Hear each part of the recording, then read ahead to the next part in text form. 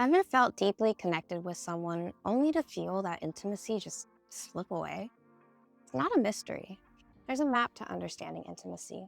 And today I'm going to walk you through 6 different kinds of connection that shape every relationship in your life, starting with the one that you have with yourself.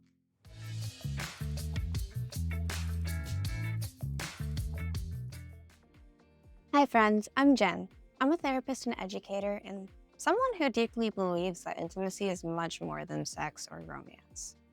Years ago, right before COVID hit, I took a Tantra training for clinicians from a awesome educator named Grace Bryant.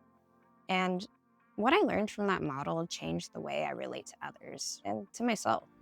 What they taught us was the 6 levels of intimacy. I like to think of this as a pie. Each slice represents a different way we connect to ourselves and to others. Most of us are taught just to focus on 1 or 2 slices of this pie, like sexual intimacy and physical intimacy, for instance. But real sustainable intimacy takes all 6 parts of the pie. When I'm bringing this up with my clients, I usually ask them, what does intimacy mean to you? Does it mean sex? Does it mean love? Does it mean connection? Like, what does that word mean? When you go to shop for bras or lingerie, what section do you go to at the store? Is it the intimate section? Why do we have such a double meaning for this word? So it's really important to get clear on what do you even mean by intimacy. The pie is how I really like to explain intimacy to my clients and really dissect what it means for them, especially with my couples or partnership. If one person is looking for emotional intimacy when the other person's looking for sexual intimacy, there's going to be a miscommunication. How do you experience this intimacy with not just yourself, but with other people as well? Which people fulfill these different types of intimacies for you? So as I walk through each level, I'll offer 2 kinds of reflection.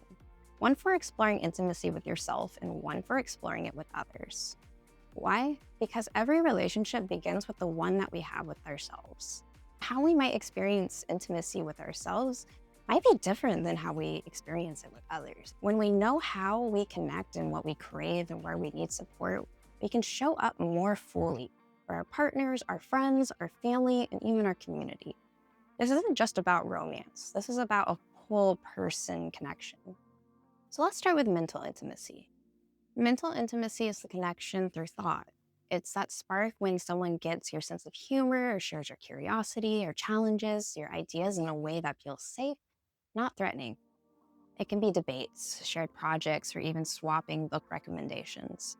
Dr. Doe from Sexplanations would describe this as brain sex on her podcast. It's when you have such a good time with someone talking about topics that you're interested in and you're so engrossed in the conversation, brain sex. So, solo tip, make space for your own intellectual nourishment. Read, write, listen to podcasts. With partners or relationships in your life, start a weekly curiosity ritual. Pose a big question or share something that you learned. As a reflection, think about what stimulates your mind. Who helps you expand how you think? How you experience intimacy with one person might be different than how you experience intimacy with other folks. Maybe you like watching documentaries and that's a huge mental intimacy stimulation for you. Maybe you only like watching them by yourself. Maybe you only like watching documentaries with one person. All right, next up is physical intimacy. Notice how I didn't talk about this first? Physical intimacy is all about touch. It's not just sex. It's about the way your body feels held, soothed, or acknowledged. This includes hugs, massage, hand-holding, dancing, resting side by side. It's also about honoring boundaries. What touch feels welcome and what doesn't. As a solo tip, you can explore self-touch that feels good. Stretching, foam rolling, skincare, whatever that means for you. For partner tips, create a touch menu. List types of touch that you love, like, or dislike. And as a reflection, think about what kinds of touch do I crave or avoid. Next up, we got emotional intimacy. This is the level most people crave, but often fear. Emotional intimacy means being seen in your vulnerability. It's sharing in your joys, your fears, your needs, and your past hurts. It's also about receiving that from someone else without trying to fix it. As a solo tip, do a daily emotional check-in. Try journaling with your partners or with other relationships. Practice active listening.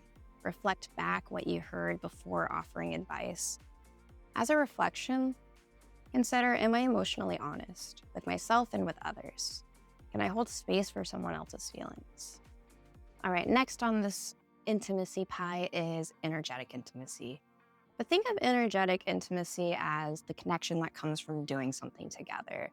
Something that might raise the heart rate, something where you might be having fun.